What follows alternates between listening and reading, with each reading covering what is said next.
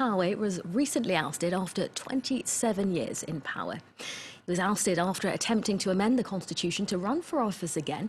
In Burkina Faso, 60% of the population is under 25, and the vast majority of people has never known any other president. This next report looks back at events that led to that historical change and asks the question, what next for Burkina Faso?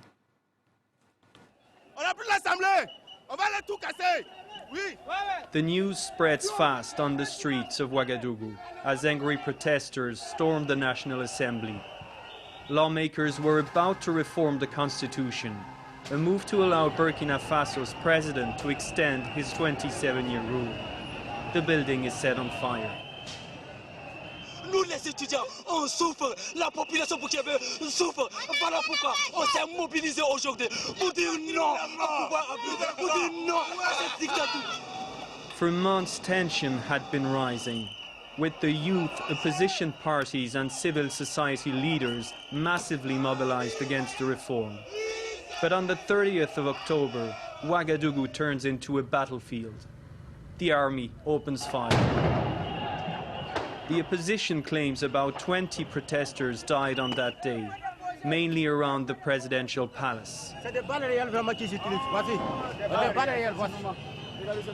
marre avec Blaise, on a marre avec Blaise. Qu'ils s'affient, qu'ils s'en aillent, qu'ils nous laissent en paix. Le Burkina n'a pas Blaise seulement. Le Burkina a des fils pour gouverner. Vive la révolution, vive le peuple burkinabé, pas Blaise. Compaore's reign is now directly under threat.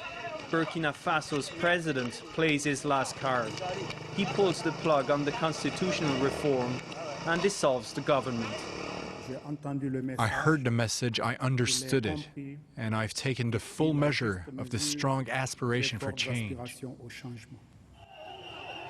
But the revolution is already in motion. The next day, tens of thousands of protesters take to the streets. A few hours later, Compaore gives up the fight and announces his resignation on Twitter. I've accepted to hand in my resignation as president of Burkina Faso. I've decided to leave power in light of the tragedy facing my country. Scenes of jubilation in Burkina Faso's capital. In less than 48 hours, what seemed impossible became reality.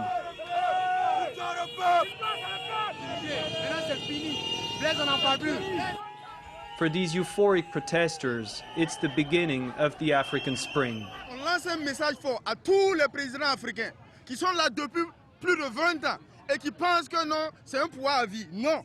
Nous on dit non, on en a marre. Idriss Déby, Kabila, c'est Kabila qui se là. Ils n'ont pas savoir que la jeunesse africaine a changé. On ne peut pas accepter ce qu'ils sont en train de faire. Many symbolic places of Compaore's regime have been ransacked during the unrest. Not much is left of the presidential party's headquarters. The house of François Compaore, Blaise's brother, was one of the first targets. For many people, he was the man in charge of the regime's dirty work. In the basement, the stench is almost unbearable, and traces of blood are visible on the walls. C'est un jour de la vérité. Ce qu'on est venu trouver ici, c'est pas possible. It doesn't take long for the army to fill the power vacuum. After 24 hours of confusion, Lieutenant Colonel Isaac ZIDA, the former second in command of the Presidential Guard, proclaims himself president. From now on, I'm accepting my responsibilities as head of the transition and head of state to guarantee the continuity of power. But the military takeover sparks new protests. The opposition calls for an immediate civilian-led transition. When some of their leaders try to speak on national television, the situation unravels.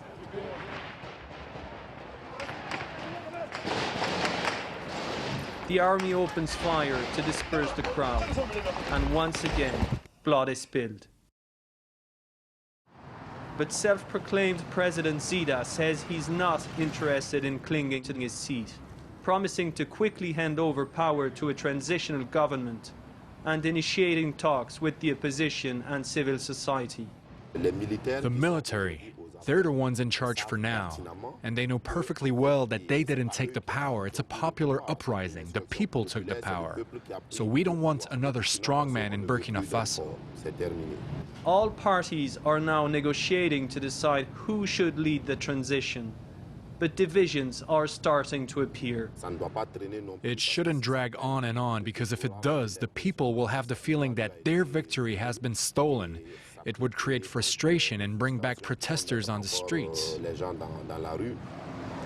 The ousting of Blaise Compaore took Burkina Faso by surprise. But it was just the first step towards a democratic transition. And the clock is ticking. France 24 correspondent on the ground in Burkina Faso bringing you that report. Well, time now for sports, starting with a look at the UEFA Europa League. Everton won their first ever match on Merseyside against French opposition when they put 3 past a lacklustre Lille in Group H of the Europa League. Goals for Osman, Jagielka and Naismith. In the other game, Aaron Hunt and Nicholas Bentner both scored twice for Wolfsburg as they hammered Krasnodar. Everton topped the group with 8 points, 1 point clear of Wolfsburg.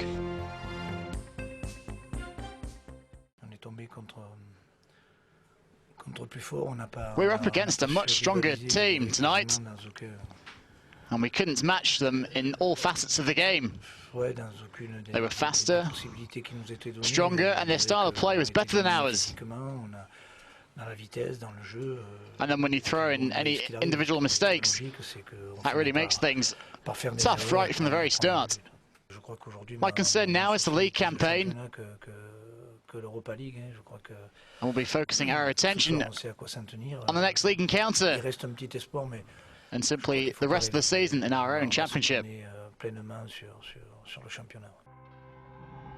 Two big names of European football went head-to-head in Group F. Saint-Etienne and Inter Milan drawing 1-1 in France. Dodo putting the Italians ahead before Mustafa Bayal-Sal levelled. 2 goals for Nikola Kalinic gave Dnipro a welcome win in Karabag. Inter topped the group with 8 points. The other 3 teams all on 4 points. Fiorentina dropped their first points in Group K. Manuel Pascual netting a late equaliser for the Italians in a 1-1 draw with Greek side PAOK. The points still enough to send La Viola into the last 32 though. Gango are now in prime position to join Fiorentina in the knockout phase following a 2-0 win over Dinamo Minsk of Belarus. Paris Saint-Germain hopeful that Zlatan Ibrahimovic will make his return against the league leaders Marseille on Sunday night. A nagging heel injury has confined the Soi to the sidelines since September's home draw with Lyon. But Ibra is back in training on Thursday and can now play some part in the Classico at the Parc des Princes. Bordeaux coach Willy Sagnol has apologised for his clumsy remarks but rejects that he's a racist. Sagnol sparked an angry row by saying that typical African players are powerful, but in football lack technique, intelligence and discipline. Anti-racism groups slammed the comments as prejudice at best and ordinary racism at worst. But the former French international said he was only talking about African players and football development. La formation des jeunes joueurs en Afrique. The training of young players in Africa, surely because of a lack of money, structure and equipment, is not as thorough or complete as what we're able to provide in Europe. But in no way have I talked about their IQ. I'm 37 years old, I've spent 32 of them in the football industry and I've never had a problem with anyone. Unfortunately, and as is often the case, what I said was only about sport, with no reference to colour, origin or religion. Yet some people have taken the debate out of football and into politics. Bordeaux president Jean-Louis Trio called the interpretation of the remarks as malicious, while club captain Lamine Sané also supported his manager. Several fringe players will get a chance to impress when France face Albania and Sweden in upcoming friendlies. Amongst the new faces are uncapped Saint-Etienne defender Loic Perrin at the age of 29, while Lyon forward Alexandre Lacazette has been rewarded for his fine goal-scoring form. Coach Didier Deschamps spoke about the new arrivals. J'ai toujours la même réflexion avec